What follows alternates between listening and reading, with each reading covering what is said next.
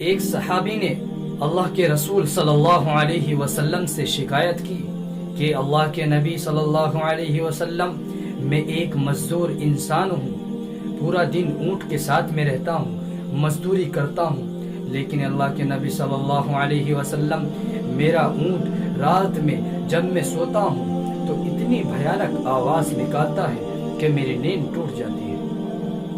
اللہ کے نبی صلی اللہ علیہ وسلم نے ان سے کہا کہ آپ اپنے اونٹ کو لاؤ، میں ان سے معلوم کرتا ہوں کہ تو رات میں اس کو پریشان کیوں کرتا ہے۔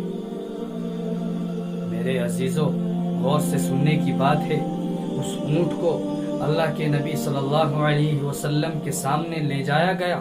اسلامیہ کے نوجوانوں، اللہ تبارک و تعالی نے فوراً اونٹ کو زبان دی۔ اونٹ نے سلام کیا، السلام علیکم یا رسول اللہ، یہ میرا مالک ہے، دن بھر میں اس کے ساتھ رہتا ہوں، میں اس کی اطاعت کرتا ہوں، اس کا ہر بات میں کہنا مانتا ہوں، اور یہ مزدوری کرتا ہے اور میں اس کے ہر کام میں اس کی مدد کرتا ہوں۔ اے اللہ کے نبی صلی اللہ علیہ وسلم، جب ہم رات کو آتے ہیں تو یہ شخص رات کو عشاء کی نماز پڑھے بغیر سو جاتا ہے۔ یہ اللہ کے نبی صلی اللہ علیہ وسلم، مجھے خوف ہوتا ہے، ڈر ہوتا ہے، کہیں ایسا نہ ہو کہ اس بے نمازی کی وجہ سے ہمارے اوپر عذاب نازل نہ ہو جائے۔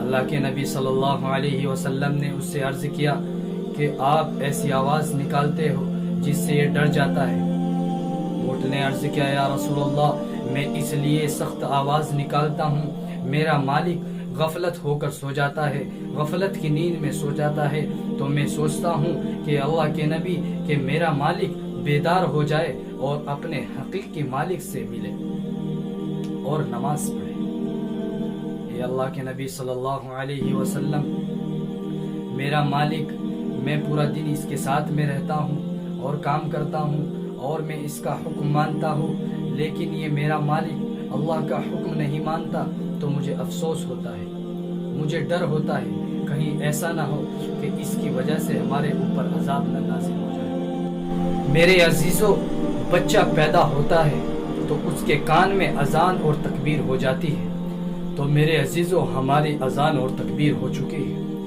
اب ہمیں اس خالق کائنات جس نے اس زمین کو پیدا کیا، اس آسمان کو پیدا کیا، مجھے اور آپ کو پیدا کیا، ہمیں اس کی فکر کرنی چاہیے۔